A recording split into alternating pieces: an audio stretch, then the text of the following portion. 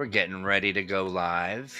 And all right, we've already got one person hanging out. As you join the video today, if you join the stream, say hi. We're going to have some special guests. We're going to be just talking about the Kickstarter. We're going to be talking about some of the content and hopefully maybe seeing that ticker roll over. Hey, Duke, good to see you. Glad to see you here. Thank you for joining. I'm hoping that we get to see the that ticker roll over to 90K because it's looking so close. Just very, very close. Well, as you can hear, I've got a couple guests with us right now, and why don't I go ahead and just introduce you because I love you. And I think folks will love you too. Well, they already know you, and to know you is to love you. Let me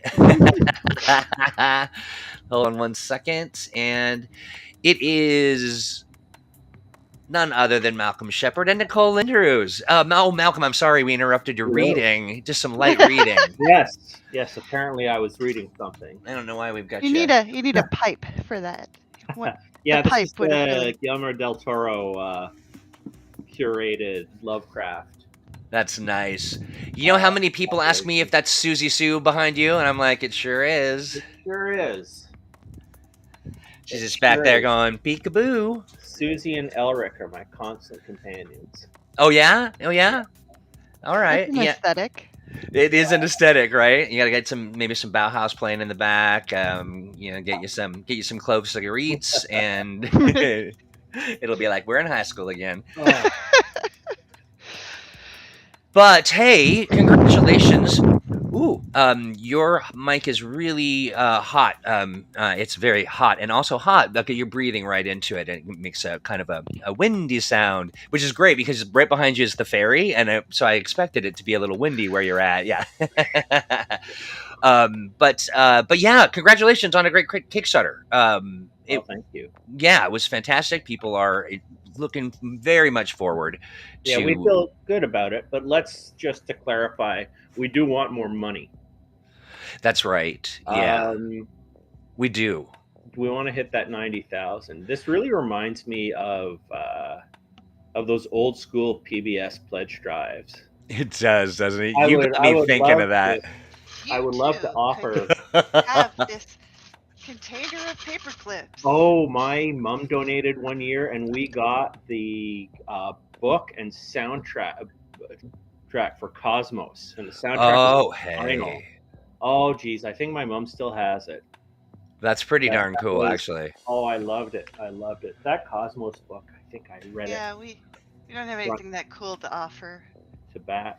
Well, we've got this live stream. We've got a freaking role-playing game. Yeah, they got a whole role-playing game. That's right. That's right. And us. Well, I mean, with the PBS drive, you have to if you want to see more Inspector Clouseau, you have to. Well, certainly. Pledge, and then you get a tote bag. Right. Certainly, your pledge is an expression of your interest. That's right. So if you would like to see us do something else, give us money. Yeah. I mean, this is okay. Real quick, I gotta pause this for a minute because there's a thing that happens when we live stream. It's a magical thing, and it's that people come and they art. Oh. And so they art for us, and I like to say, "Who arted?" And it's Stan. Oh. Stan arted. So I'm gonna grab that. But while I do that, I thought we might take also a look at. Is that coming through? There we go. That's where we're at right now. So close. It just rolled over to the we're about what, 1,000 or less than $1,000. Just less than 1,000, and if we hit 90, then that unlocks the 1960s adventure. Okay, can you talk a little bit about that? Because I'm really excited, but I might be conflating, what do you? I think you might be thinking of what we were talking about before the stream. Oh, that's right. That's right. So what I was talking about before the stream, I'll get to in a second. But yeah, that adventure is slated to be written by Alex Thomas. And as you know, Troy, one of the features of Cthulhu Awakens is that it takes place across this chunk of time called the Weird Century, right? That's right. That's right. And we try and make it as period neutral within the Weird Century as possible. So that means having adventures from different periods. So previous stretch goals unlocked an adventure set in 1934 and an adventure set in the present day, and those are going to be in now. They're going to be in a 10th chapter that was added to the core. But this one is going to be distributed as a PDF alongside the other stuff you get, and it is going to be an adventure by Alex Thomas, who you may know from work on Mutants and Masterminds. That's right, and a star of one of our most award worthy programs, Mutants and Masterminds Monday. Mm-hmm. And but what we were talking about before, which is not that thing, is something that we just decided to do spontaneously or semi-spontaneously. Although I want your money, so maybe what we should do is hold it back. No, we're not going to do that. Is Ian Lemke has been, as you really know, Troy, has been running the Revelations of the Bacchae actual play.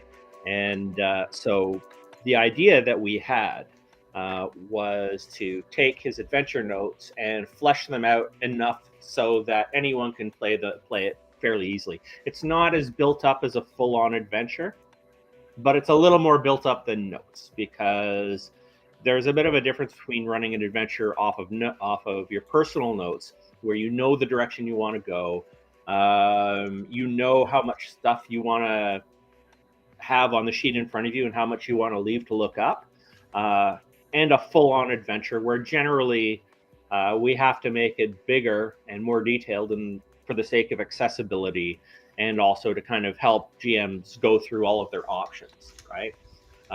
So this was a little bit of a looser process, but we got something really cool out of it. I was quite happy with how the story unfolded and how it was adapted for this. We got a couple of nice sort of like classic kind of horror movie stinger twist things at the end. And that's something that I like, because, well, I want Cthulhu Awakens to be able to do pretty much everything cosmic horror does, including the action parts. But, a good old-fashioned scary story with the scary story cliches is also super cool. Right on. I just want to check real quick. No faces, just the backdrop. We don't see that on our end. Really? Weird. Yeah. I mean, faces are 90% of the reason why you tune in. Let me try to unmask us. I don't really know exactly why that's happening, because we can all see each other, and it's really quite attractive, honestly. Come on, I even showered today. I know, right? I mean, like, this is a banner day. We want to show that off. I'm not exactly sure what. So how about this? Why don't we do some? One of the things I'm curious about is like our world, this world that it's different than ours. Like in the world that we're in, the one where people can't see you.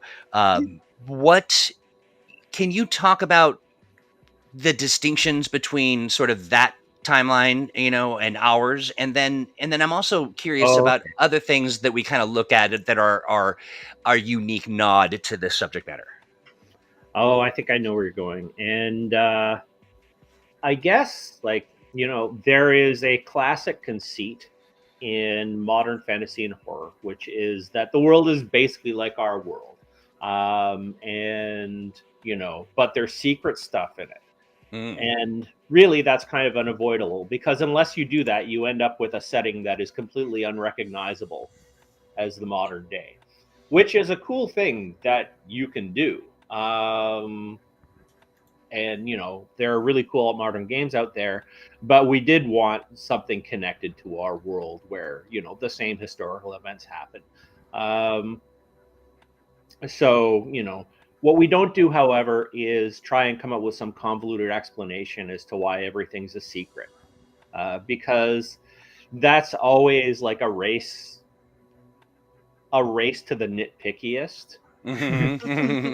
Because here's the thing: if there were monsters walking around ripping people's faces off, everybody would know, and they'd be pretty mad about it. I mean, we have a whole subculture of people who are variously horrified and thrilled by serial killers, right? Yeah, that's right. That's right. Whole channels devoted to their content. Yeah. And as and compared to fictional monsters, really, they're kind of low rent, eh? So I remember in the 90s finding a fanzine that was just like an entire issue about serial killers. And I was like, oh, I guess people are really into this. Yeah.